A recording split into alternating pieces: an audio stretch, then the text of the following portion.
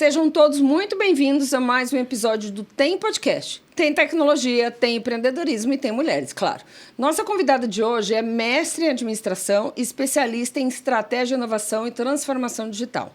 Fazendo parte do time do LinkedIn Top Voices, ela possui mais de 20 anos de experiência no mercado corporativo e atualmente ocupa o cargo de diretora executiva Latam na CIT. Ela é Renata Feltrin. Tudo bem, Renata? Tudo bem, você? Que prazer estar aqui. Obrigada pelo convite. Imagina, eu que estou super feliz de ter você aqui comigo. E a gente já vai começar conversando aqui. Como é que surgiu a paixão da Renata por tecnologia? Nossa, essa história é longa. Nós temos tempo, fica tranquila. Eu sempre fui apaixonada por tecnologia, né? Na verdade, a minha formação não é em tecnologia. Eu sou formada em comunicação. Eu nasci em Belém do Pará, né? Eu venho da Amazônia, tenho muito orgulho de falar isso, que eu vim da Amazônia.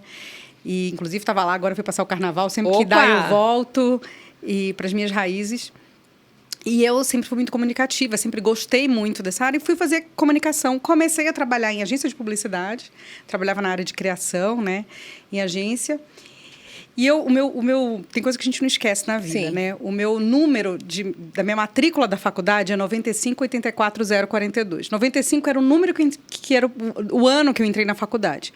E o primeiro browser comercial de internet que realmente, quando a internet se torna broadcast, todo mundo usa, é de 94, que é o Netscape, né? Então, imagina que eu entrei um ano depois na faculdade, comecei a estagiar em agência, logo no comecinho da faculdade, e não se falava em internet. Se aqui, né, imagina, em São Paulo era uma coisa que estava tracionando, em Belém do Pará, na Amazônia, era uma coisa que não se falava nas agências, e eu sempre fui muito apaixonada por tecnologia, estudando, entendendo, falava, gente, a gente precisa tirar as empresas das páginas amarelas e levar para a internet. Aí, precisamos, né, começar a fazer isso, e as agências não faziam.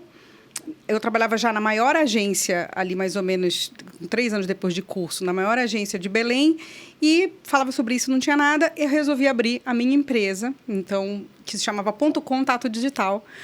Contratei 2 desenvolvedores, comecei a fazer vários cursos de HTML, Flash, que naquela época se usava para fazer site, para trazer as empresas para a internet, né? Tinha, na época, começava a ter o lance dos banners, dos anúncios digitais, enfim, comecei a fazer isso. Então, vem de muito tempo. Embora minha formação não seja em tecnologia, eu sempre vi o potencial da tecnologia e quis trabalhar com isso. Quando eu tinha explorado todas as possibilidades de curso, de estudo em Belém sobre isso, eu falei, eu preciso estudar mais, né? O que tem mais sobre isso?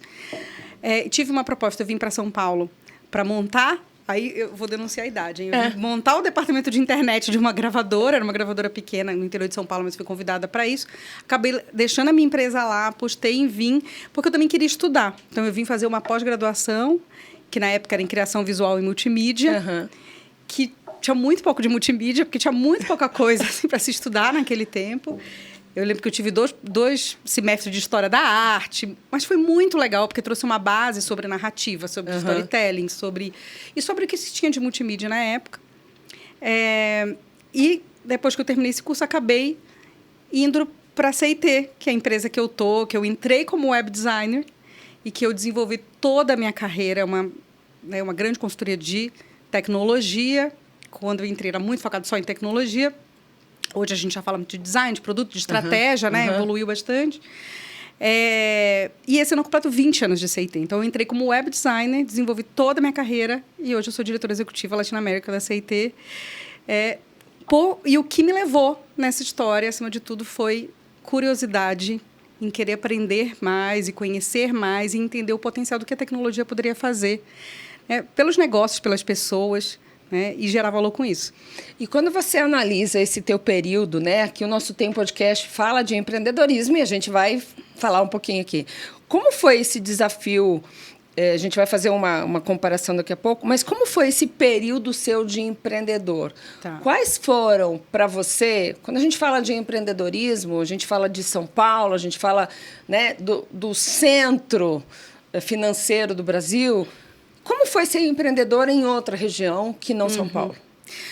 É um desafio, né? Eu acho que é um desafio empreender em qualquer lugar, porque tem a coisa do você não saber o amanhã, o inesperado, né? Você lidar com... Empreender no Brasil tem todas as suas dificuldades, enfim, questão tributária, tudo, se você quiser fazer uma coisa direito.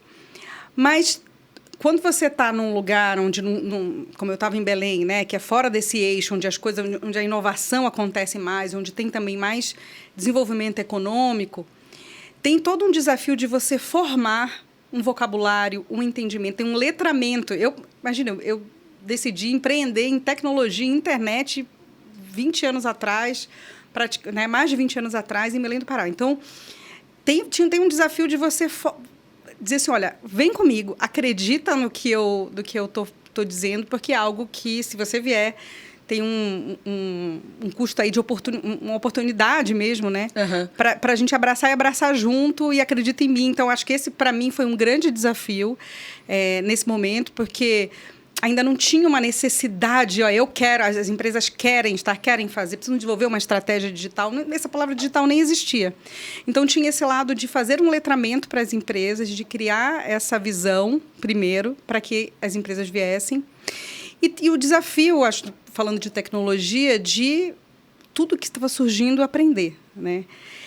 Até hoje, né? Embora Sim. eu trabalhe numa corporação hoje, se a gente não tiver uma atitude empreendedora, né, no meu caso, intraempreendedora, de buscar estar à frente e buscar estar o tempo inteiro solução, gerando valor para os nossos clientes, a gente perde o próprio valor, né? Eu falo que a gente precisa, quem trabalha com tecnologia, precisa estar pelo menos, ou de ponta, e estar orientando sobre tecnologia, precisa estar pelo menos 18, 24 meses à frente para quem você está vendendo, porque é muito rápido agora, então, que a gente está vivendo. Ainda mais que agora a gente tem tudo na palma da mão. É tudo muito... tecnologia é algo que todo mundo vai dominar, né? E porque é o que faz a gente mover negócios, mover economia, transformar e criar até novos modelos de negócio. Então, o mundo anda para frente assim, no que nos habilita. Uma hora todas as empresas vão dominar aquilo. Então, assim, como e todas querem, né? Precisa. Não dá para dizer, eu entendo de tecnologia, eu sei tudo. Não é. Não dá para dizer, né? Eu me interesso desenvolvo estratégias de aprender, eu aprendo, eu sei como implementar, e eu estou aprendendo o tempo inteiro para fazer isso. É isso que a gente deve dizer, né? Então, eu acho que a atitude empreendedora, ela tem esse desafio da curiosidade, da resiliência, da vontade de não estacionar, né? E da humildade de dizer, eu não sei tudo. Eu não sei tudo, eu estou o tempo inteiro tendo que aprender para conseguir empreender melhor. E você que está há tanto tempo aí nesse mundo, você falou aí de 20 anos, quais foram as principais mudanças que você viu acontecer? A gente está falando de transformação digital, a gente fala que a pandemia teve uma aceleração desse processo de transformação digital, mas com a tua experiência, é claro que você deve ter visto muita coisa, né? A gente que está há mais de 20 anos aí, que você falou, eu vi a internet, né? A gente viu a internet nascer. Mas como você tem visto essas mudanças todas e esse impacto no nosso dia a dia, né? Porque tudo isso está mudando muito, né? O nós, né? Os últimos, acho que a gente pode falar, os últimos 10 anos foram, assim, um absurdo, né? Eu lembro, assim como eu falei do browser, eu lembro...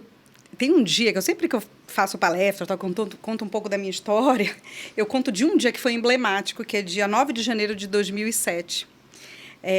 Que foi o dia... Não sei se você sabe o que aconteceu nesse dia. Eu lembro exatamente onde eu estava. Estava lá, inclusive, no escritório. Não consigo lembrar. Nesse dia, a Apple lançou o iPhone. Uau, já... Se todo mundo, quem está vendo aí, se tiver a oportunidade, coloca no YouTube lançamento do iPhone, para ver o vídeo do Steve Jobs lançando. É muito interessante. E eu lembro que no dia, eu sei onde eu estava, isso me marcou muito, porque... o vídeo do lançamento, e ele fala, hoje a gente está lançando 3 produtos. A gente está lançando um browser de internet, a gente está lançando um novo iPod, a gente está lançando um telefone. E todo mundo esperando, e no final, aquelas 3 logos viram e mostram o iPhone. Era um produto novo, era algo que ninguém nunca tinha visto. Um telefone que você pegava o dedo, que você passava na tela e tocava, foi algo assim que assustou o mundo. Isso me marcou tanto que eu falo que quem trabalha com tecnologia consegue entender, quando vê uma inovação muito disruptiva como essa, consegue entender o potencial onde a gente vai estar, o que dá para fazer com isso e o impacto que isso vai ter na vida das pessoas. Então, aquele dia eu falei, isso mudou tudo. A gente trabalhava em uma empresa que sempre desenvolveu soluções de tecnologia, mas a gente desenvolvia muito para as empresas, para o back-office, os sistemas internos, né? Que faziam mover o negócio. Naquele momento, eu falei, agora, qualquer pessoa vai poder ter tecnologia na palma da mão e isso vai mudar, principalmente, comportamento. Aí eu respondo a tua pergunta, que é o que você viu que mudou? Mudou o comportamento das pessoas. A tecnologia proporcionou que as pessoas mudassem totalmente a forma como elas se comportam, como elas tomam decisão, como elas se comunicam, como elas buscam informação. Mudou o meio, mudou o timing, trouxe poder individual para cada um. E isso proporcionou a criação de novos modelos de negócio, proporcionou, né, enfim, todo esse modelo de startup, novas soluções. Então, tem até um livro que chama O Novo Poder, que é muito bom, que fala sobre isso, né? Então, proporcionou a construção de comunidades, toda essa coisa das redes sociais. Enfim, a forma que o mundo se conecta, tudo se transformou pelo acesso à tecnologia. Eu sempre falo que entender que tecnologia é acesso e escala, dá acesso e proporciona escala para negócios, é o começo de uma possibilidade de você construir algo muito poderoso com tecnologia.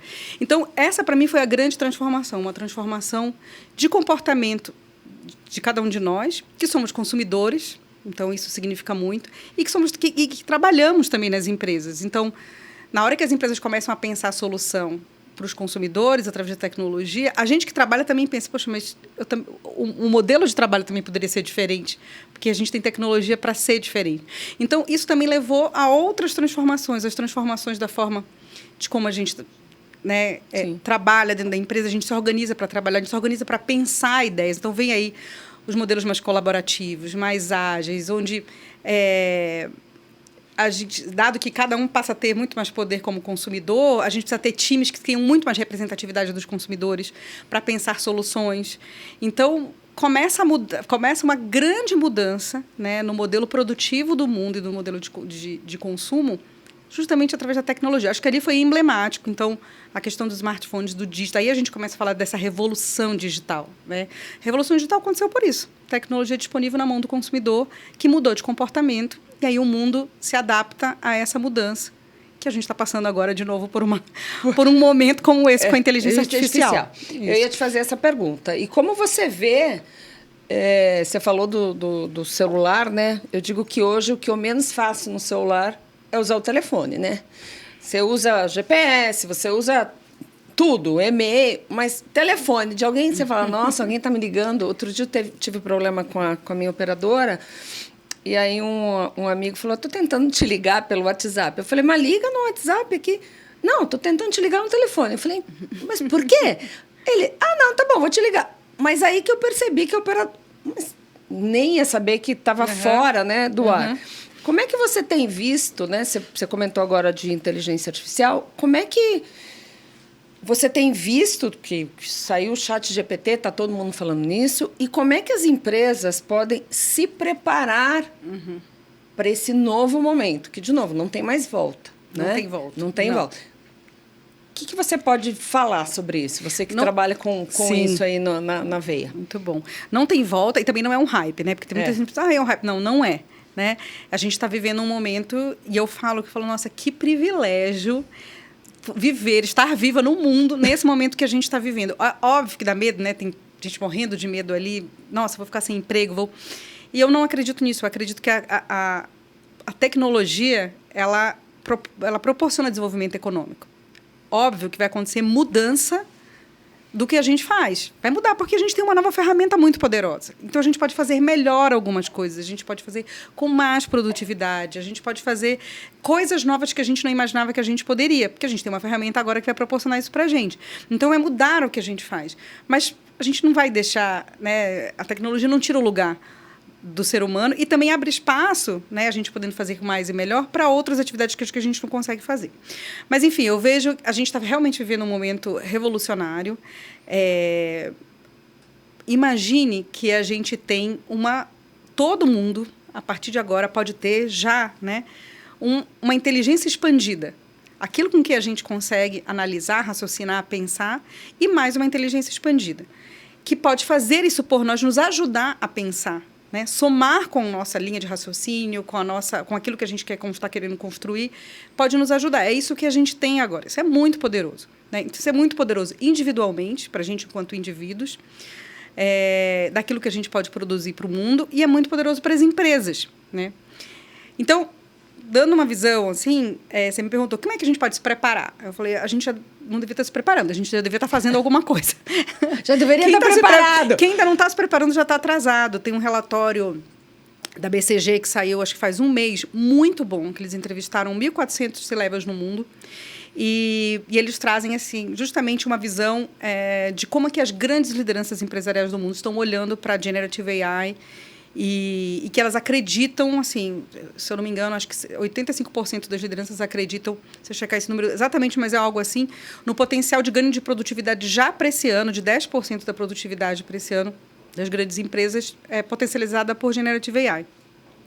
Mas aí tem uma pergunta também no relatório, o que você está fazendo? E 90% não está fazendo muito Nada. pouco, está só experimentando uma coisinha ou outra, mas muito pouco incipiente. E tem um slide até nesse relatório que é bem emblemático, eu gostei muito, que fala assim, essa não fazer nada em relação a isso não é a atitude que você deveria ter agora sobre Generative AI. Você precisa começar a fazer alguma coisa, porque é realmente muito poderoso e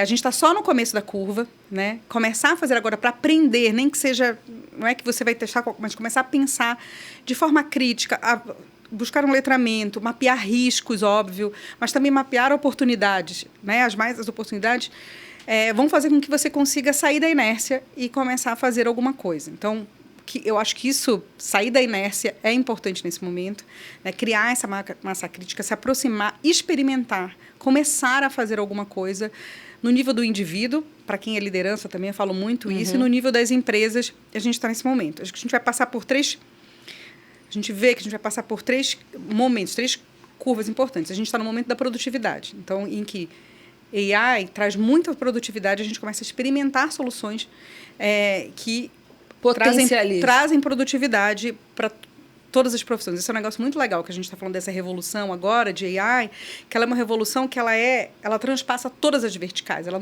não é só numa indústria específica, né? Específica. Não, ela perpassa tudo. Tudo vai ser tocado por isso.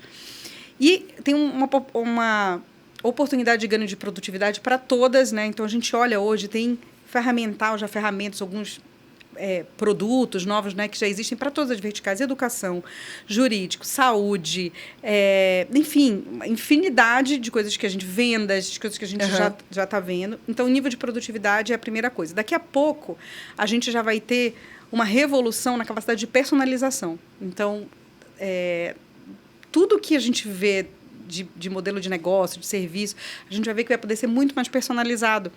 Especialmente quando as empresas agora entenderam esse potencial, começam a se preparar os seus dados, a sua arquitetura de dados analíticas para estar pronta, né? Toda uma base aqui de engenharia de infraestrutura de dados, para estar pronta para usar esses dados nessa relação mais personalizada, né? Aí mais segmentada, vamos dizer assim. Segmentada, personalizada, muito mais inteligente no nível da personalização e assertiva nesse sentido.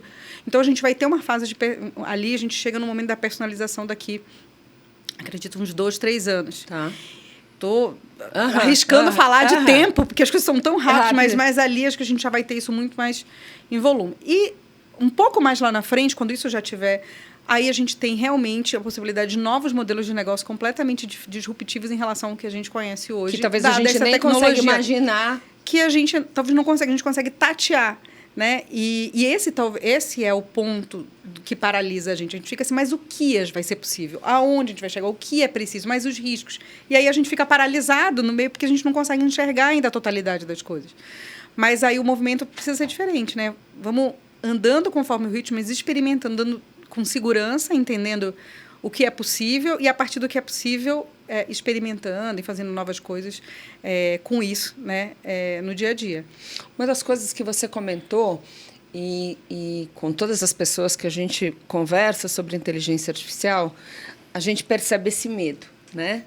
O medo de vou perder meu emprego, esse é o primeiro.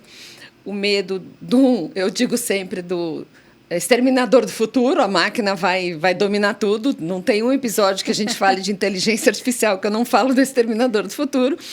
E o medo de, ok, como eu me preparo para esse novo mundo?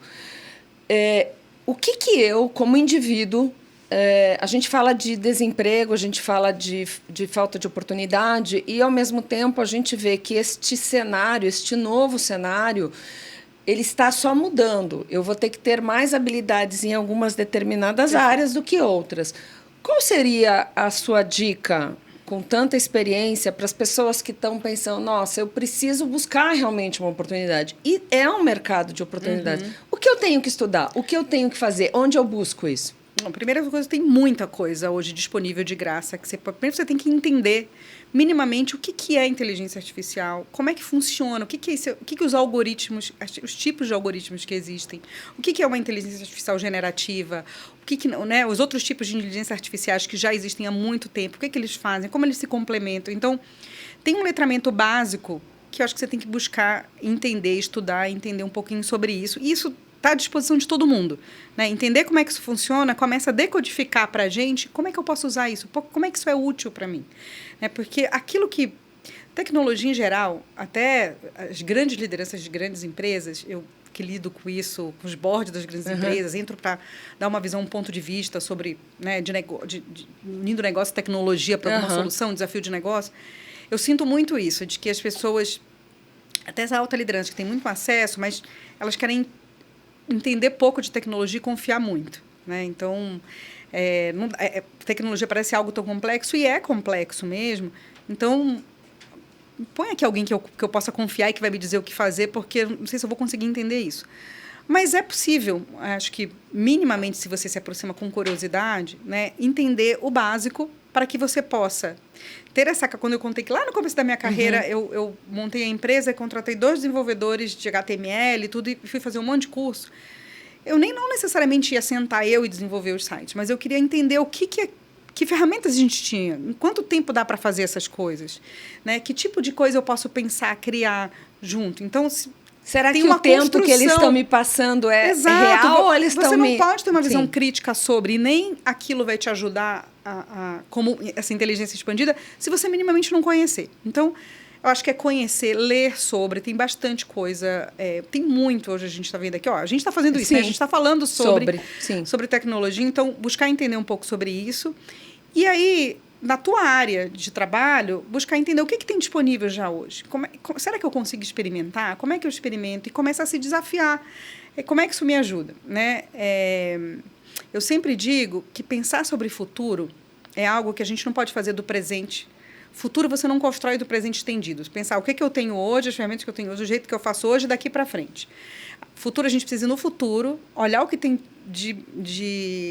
disponível ali de recurso, entender um pouquinho como é que comportamento provavelmente vai estar acontecendo, vai estar ali no futuro, e de lá para trás construir esse futuro. Né? Vindo do futuro para cá, construindo e pensando, dado que é assim, como é que a partir de agora eu já posso experimentar. Então, fazer um pouquinho desse exercício naquilo que você trabalha.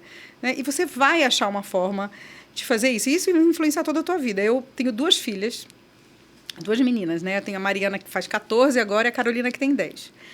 Então, eu faço parte dos grupos de mães da escola. Que você imagina. Né? E as conversas são ótimas, né? Mas, assim, eu vejo que os medos, os temores, são os temores do presente, até do passado, né? De um mundo que está mudando muito rápido, que não nos ajuda a orientar os nossos filhos de como se preparar para um mundo profissional, um mundo de futuro, né? Dado que o futuro vai ser bem diferente do que a gente está vivendo hoje. Sim. Então, a minha filha de 10 anos, por exemplo, ano passado estava uma super discussão que as crianças não estavam tendo dificuldade de decorar tabuada. E aí as atividades de fazer tabuada, porque não está vendo bem como é que pode e tal, as crianças não estão nem conseguindo. E eu assim, gente, essas crianças nem calculadora elas não vão usar, elas vão usar. Vão falar assim, calcula para mim. Exatamente. Não é? Faz Star Trek, não vão é? Vão ser coisas muito mais complexas, elas vão falar de lógica, elas precisam aprender sobre lógica. Sim. Então, assim, eu sou super... na defesa de que essas ferramentas todas têm que... Para minha filha de 14 anos, eu falo, ela tem um trabalho para fazer, ela fala, você não está usando o GPT? Eu falo para ela, você precisa usar. Só que você tem que aprender a usar. Né? Sobre o que é o trabalho? Como é que você consegue usar essa ferramenta para te ajudar a não partir do zero? Porque hoje a gente... Isso é uma coisa muito legal. Você perguntou, o que a gente pode fazer? A gente pode explorar esse tipo de ferramenta para não precisar partir do zero, para criar qualquer coisa. Então, assim, né, sair da inércia... começar algo a partir de uma folha em branco é custoso, é difícil, né? Então, poder ter uma ferramenta que te ajuda a sair do zero é muito legal, porque você já sai da inércia mais rápido. Então, para criar um trabalho, eu falo para ela, como é que ela te ajuda a sair do zero? Mas também, como é que você consegue adicionar o teu pensamento crítico e aí construir algo a partir disso, que não seja ela fez, que é o que vai ser o diferencial. Porque senão todo mundo vai... Ctrl-C, Ctrl-V. Ctrl-C, Ctrl-V e tudo vai ser a média, né, do que aquilo que a inteligência artificial consegue criar, que ela sempre cria uma média, né? Então, vai ser a média. Então, o mundo, daqui a pouco, vai estar todo mundo na média. Então, aprender a usar para que a gente entenda como é que isso funciona. Então, começar a testar. Mas adicionando o que eu faço com isso? Como é que a partir disso eu faço fica melhor? Então, eu sou super, por exemplo, incentivo as minhas filhas a fazerem do lado, vamos fazer a partir disso, vamos fazer uma pesquisa. Agora, o que a gente adiciona nisso? O que você ensala nas discussões com o professor, com isso? Discutiram que a gente pode não estar presente aqui, que a gente pode adicionar. Então, eu sou super dessa linha de que a gente tem que ir lá. É isso que você vai usar no futuro. Não é o que você tem hoje. Para que fazer do zero se você tem uma base e quando você vai buscar essa pesquisa, a gente ia na biblioteca, né? Então. Eu era da época da biblioteca. E aí você tinha que começar realmente do zero. E você acabava fazendo igual, né? Porque, de novo, você não tinha nada mais. O trabalho do zero era tão custoso que você fala, ai, tá bom. No final, quando você chegava para criar algo mais, você já estava cansado. Senão... Sim. Então, eu também sou adepta a isso.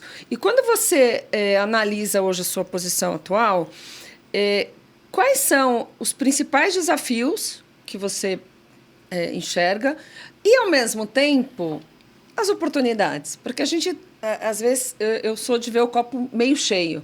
Né? Tem os desafios, a gente precisa pensar na segurança digital, a gente está falando de todo mundo está acessando um chat GPT e sabe Deus como, em que rede e como eu estou acessando isso, né? Então a gente precisa pensar nessa questão de segurança, mas ao mesmo tempo ela te cria um universo de oportunidades. Você que está muito no dia a dia disso, inteirada com isso, diversas oportunidades e diversas dificuldades. Mas como separar isso para quem está nos acompanhando aqui? Relacionado especificamente à inteligência artificial ou geral? Pode ser geral. Olha, bom, vou falar em alguns aspectos. Acho que, num aspecto do momento que a gente está vivendo, a indústria da tecnologia está no centro de uma disrupção muito grande, né? Porque essa nova ferramenta que surge, ela muda completamente a forma que se desenvolve tecnologia, que se desenvolve software. Vai mudar, né? Já está mudando e vai mudar profundamente. Então, primeiro, é aceitar que é isso, que vai mudar profundamente e abraçar. Acho que tem um desafio de abraçar, nossa, dado que vai mudar, como é que a gente protagoniza esse processo de mudança? Como é que a gente constrói essa forma nova de se fazer a partir do que já existe? Então, isso envolve...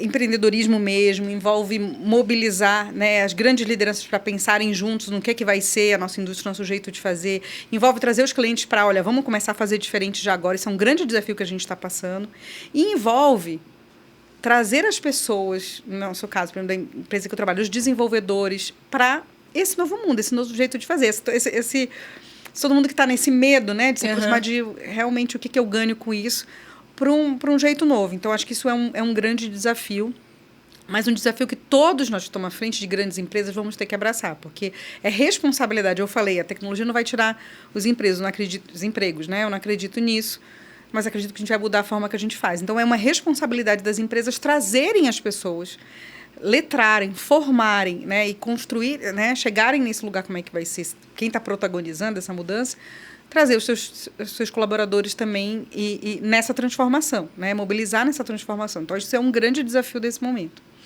Tem um desafio que é um desafio clássico de estar numa liderança, numa posição de liderança de uma empresa de tecnologia sendo mulher. Né? Isso é um desafio, enfim, clássico. Você estava falando, eu muitas vezes me vejo como a única mulher de uma reunião importante, como a única mulher de uma reunião de altas lideranças, então, que tem, né, que especialmente na tecnologia se comunica de um jeito, né, muito específico, muito analítico, e que uma mulher entra com uma visão complementar, né, ou até diferenciada de forma analítica mesmo, sim, naquela situação.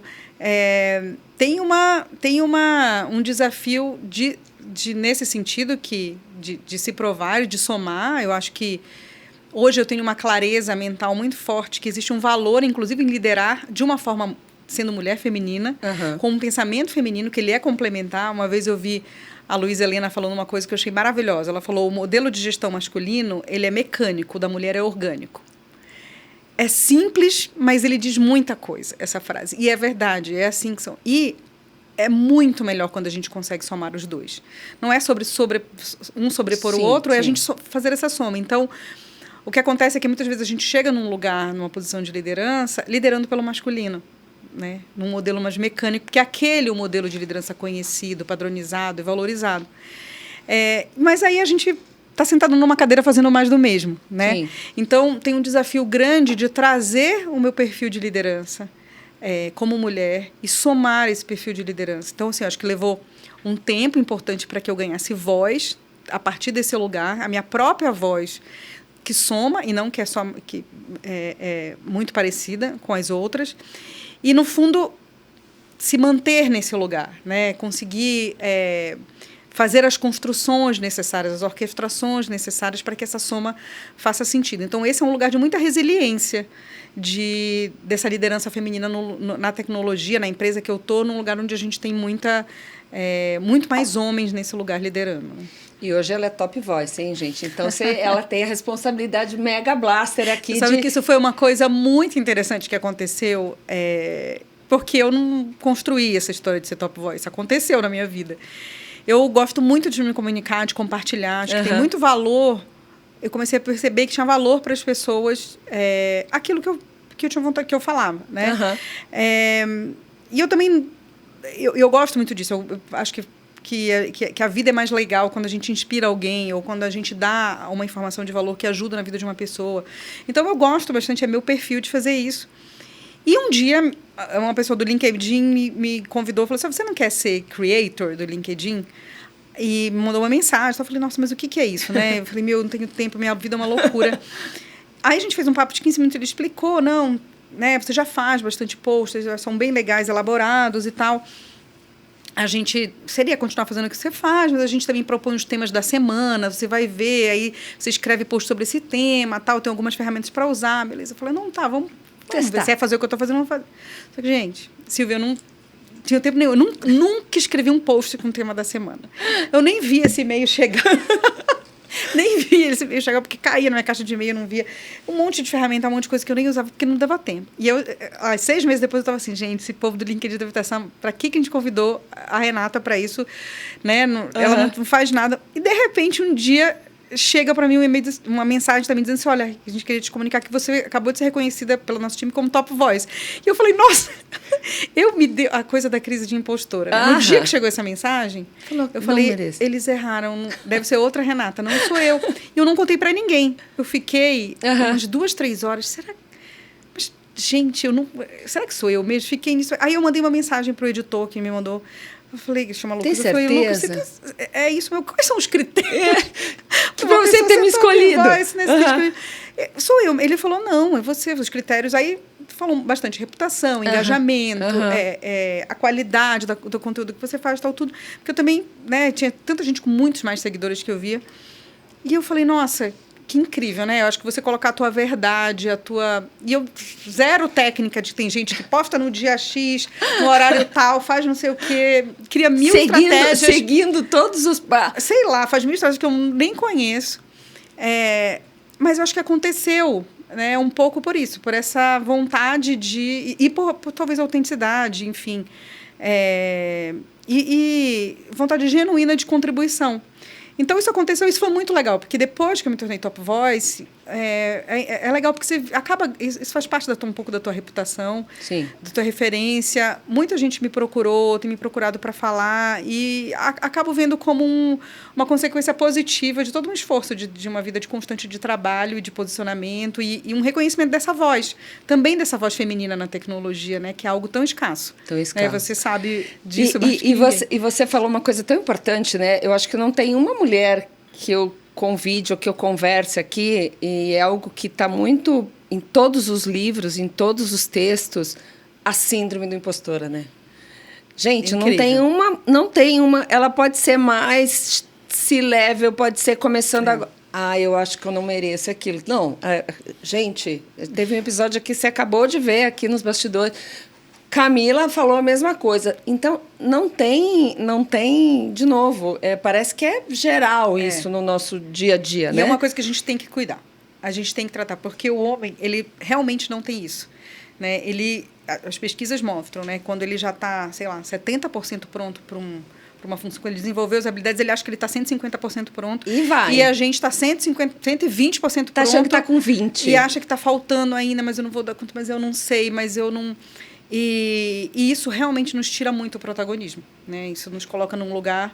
E a mulher, ela tem uma capacidade, uma habilidade de multitarefa, tem uma visão holística, tem essa coisa orgânica, tem habilidades complementares tão importantes que nos coloca até muito mais vezes habilitadas para algumas questões do que os homens, e que a crise de impostora nos tira, né? Nos tira disso, nos tira desse lugar, né? Eu acho que a gente precisa aprender a equilibrar, porque calibrar a nossa visão sobre as nossas potencialidades do que a gente é capaz, óbvio, equilibrando com humildade, porque também a gente se achar, né?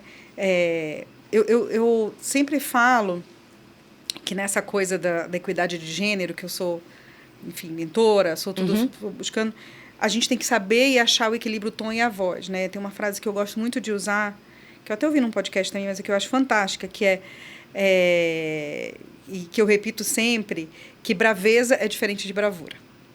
Então, assim, eu acho que é um lugar de muita bravura a gente se posicionar, buscando o nosso lugar, né? Buscando, entendendo, separando o que aqui é uma crise de impostura, que eu não sei mesmo, que eu já estou pronta. Mas também cuidar um pouco do ego, né? Buscar também agir com humildade com o que eu tenho que aprender, ter a consciência do que a gente tem. É muito importante para não cair nesse lugar de que eu não estou pronta, e do que a gente não tem para a gente evoluir e ficar melhor e estar sempre pronto para as novas oportunidades. Então, a gente precisa trabalhar isso enquanto mulher, com certeza, sem dúvida nenhuma. E você, hoje, como uma líder feminina, que mensagem você gostaria de transmitir para quem está nos seguindo, nos acompanhando em todas as redes aqui, para que essas mulheres, né, você até fez um comentário agora há pouco, a gente... O fato da gente ser mais humana, né, da mulher ser mais intuitiva, não significa que nós não somos analíticas. Tanto é que somos e estamos aqui na área de tecnologia. Mas qual a mensagem para todas as mulheres aqui que estão nos acompanhando, para que ela pense, nossa, estou querendo iniciar na área de tecnologia. Tecnologia é o futuro, né? Tecnologia está acontecendo, a gente está falando isso aqui. Não, de novo, não dá mais para fugir disso, independente do segmento. Mas qual é essa mensagem que você, Renata, gostaria de passar para quem está sem perspectiva, não sei se é minha área, estou com a síndrome do impostor, não gosto de matemática, e aí vai as desculpas, né? Mas você é uma líder em tecnologia, você é top voice LinkedIn, você tem muito a contribuir. O que a Renata pode deixar de mensagem aqui para essas mulheres? Primeiro, bem-vinda, venha, abrace o desafio, né? Acho que, realmente, tecnologia, a gente só vai precisar cada vez mais de gente na área de tecnologia, de mulheres na área de tecnologia, é muito importante. É uma mensagem do que eu já falei até há pouco aqui, estude. Acho que estudar é algo que se mantenha curiosa, né? Então, estudar é algo que... Não aceite, isso não é para mim, isso não é para você, um homem consegue fazer isso melhor, né? Não, isso não existe, né? Então, acho que estudar, se manter curioso, querer fazer é muito importante. E tem uma coisa que eu acho que tenha uma atitude de construção com. né? Construção, inclusive, com os homens. Eu acho que é muito importante entender. A gente vem de lugares diferentes. Uma mulher e um homem vêm de lugares diferentes. Quando eu falo de lugares diferentes, é de uma educação diferente. Não tem como não falar que a gente não tem viés. Nós mesmos, mulheres, temos, né? Muitos viéses machistas, porque foi uma forma como a gente foi educada, né? Do que você pode, do que você não pode. Então, primeiro, né, entender que a gente vem de lugares diferentes, mas que isso não nos habilita. De onde a gente veio, entender que isso é consequência das decisões que você está tomando do lugar que você está é importante, mas também é importante para que você possa construir com o outro, né? E entender um pouco, se esse tipo de comunicação que é valorizado, o que eu posso comunicar um pouquinho, né? Como é que eu faço para construir comunicar um pouquinho desse jeito e poder também começar a criar o meu tom de voz e explicar aquilo a partir do que eu quero explicar, enfim. E se coloque, né? Busque se colocar. Se você tiver dificuldade, também acho que num ambiente muito masculinizado, porque no ambiente de tecnologia, nas equipes, a gente tem, eu vejo nos meus times aqui, muitas vezes, conversando com as mulheres que trabalham nos times de desenvolvimento, elas falam, nossa, às vezes é muito difícil, porque eu chego numa reunião, tem só homem, né? Ache um daqueles homens que possa ser uma mais próximo. Chegue com ele e fale, olha, eu quero me posicionar, eu quero discutir, eu quero dar uma sugestão, mas eu me sinto muitas vezes, é difícil. Você me ajuda? Você consegue me ajudar nesse, abrindo espaço para eu falar? Não tenha vergonha de pedir isso, né? Então, você consegue ser meu aliado? Né? Busque os aliados, abra espaço, me ajude a abrir espaço. Será que eu posso, quando eu tiver uma ideia, discutir de repente com você, a gente trocar um pouco e às vezes a gente levar essa ideia junto? E isso, né, achando esse caminho, um homem pode ser seu aliado. Se tem mais de um homem, se tem mais de uma mulher, né, a gente também aprender a construir com mulheres. Muitas vezes a gente, né, entre mulheres, é difícil falar, mas às vezes a gente, por ser menos também, quer se destacar, a gente acaba tendo dificuldade de construir com outra mulher. Sim. Então, também trazer junto e construir com generosidade, dando espaço para outra mulher, construindo junto, de forma colaborativa. E, aos poucos, esse lugar vai se abrindo, né, para nós. Então, tecnologia é um lugar muito fértil para a gente ter, as mulheres hoje. E faz todo sentido, né? Se você sente que, puxa, essa é uma carreira que eu gostaria de desenvolver e vem que, olha aqui, eu sou um exemplo, eu não vim desse lugar, né? A minha formação não é em tecnologia, aprendi tudo que eu sei trabalhando com isso, de curiosa, de inconformada, de isso vai ser o futuro, não sabia nada quando eu comecei, né? E hoje eu enfim, aprendi, estou o tempo inteiro aprendendo, o tempo todo lendo, o tempo todo trocando, perguntando. Muitas vezes eu estou... E sabendo também o lugar onde a gente adiciona valor. Eu não sou profundamente técnica, mas olha aqui o que a gente está conversando de AI, mas eu não sou profundamente técnica, mas eu sei que eu tenho um papel. O meu papel muitas vezes é traduzir o que é mais técnico para o que é aplicável.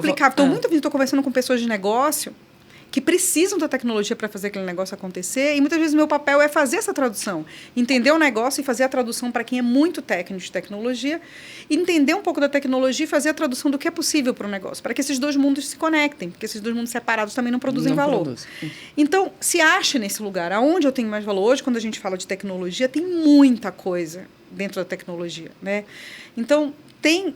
desde a codificação, tem toda a parte de desenho de experiência, enfim, tem toda essa parte do entendimento de negócio para tradução. Tem muita coisa que você pode fazer quando a gente está falando do aspecto da tecnologia, né? Tem o pensar a solução de negócio que a tecnologia vai suportar, tem muita coisa. Então, se acha, explore as possibilidades dentro do mundo da tecnologia que você, de repente, pode se encaixar e vai com tudo. É isso aí. Gente, a gente está chegando aqui na reta final do nosso podcast. Não parece, mas a gente ficaria mais horas aqui conversando. Temos que marcar uma segunda rodada.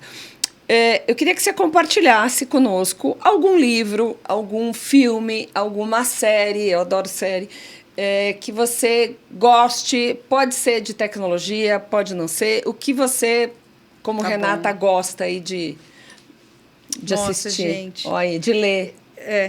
Bom, eu vou dar duas dicas. Tem duas dicas que têm muito a ver uma coisa com a outra, porque eu acho que a gente falou muito de tecnologia, mas o equilíbrio para o mundo cada vez mais daqui para frente que a gente vai viver vai ser sobre a humanidade. Então, tem duas dicas que eu vou dar.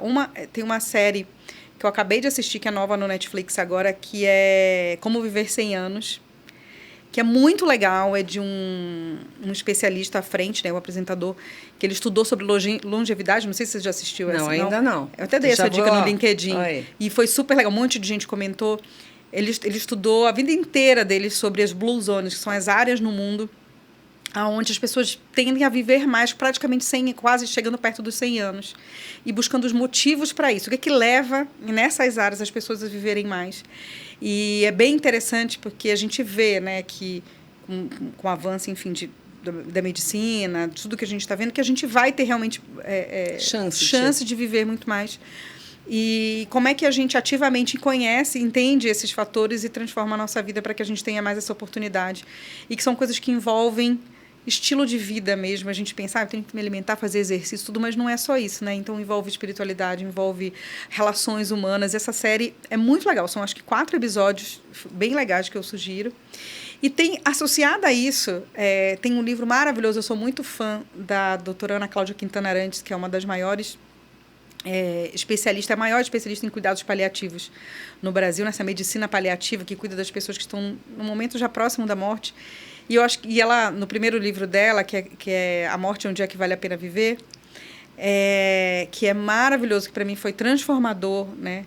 Ela fala isso, a gente deveria pensar sobre esse momento, porque isso nos ensina a viver melhor, de uma forma melhor, né? Mas ela tem um outro livro, que foi um dos últimos que ela lançou, que é Para a Vida Toda Valer a Pena, que ela decodifica justamente isso, como você se preparar para a velhice. Então, tem a ver com essa série que eu comentei, Para a Vida Toda Valer a Pena, da doutora Ana Cláudia Quintana Arantes, que eu acho que eu recomendo para todo mundo, que eu quero viver muito, eu quero ver muito que a tecnologia vai ser capaz de fazer nos próximos anos, nas próximas décadas.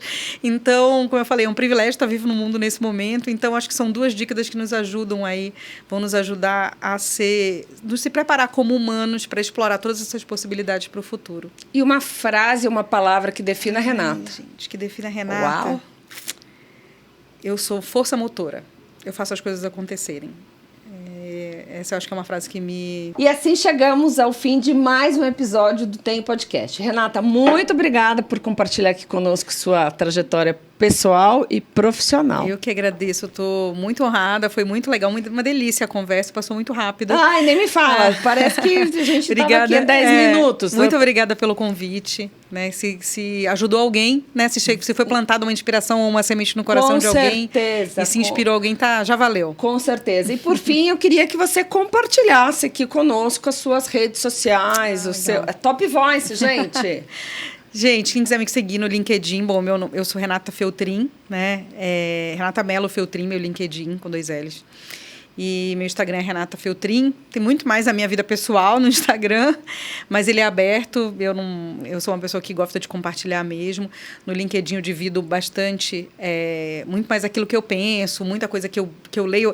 Eu acho que o meu perfil do LinkedIn ele é uma curadoria sobre aquilo que eu acho que é bacana dividir com as pessoas, sobre tecnologia, sobre vida também, sobre liderança feminina, sobre maternidade. Opa. Ser uma executiva e ser mãe não é simples, então eu divido bastante coisa nesse sentido.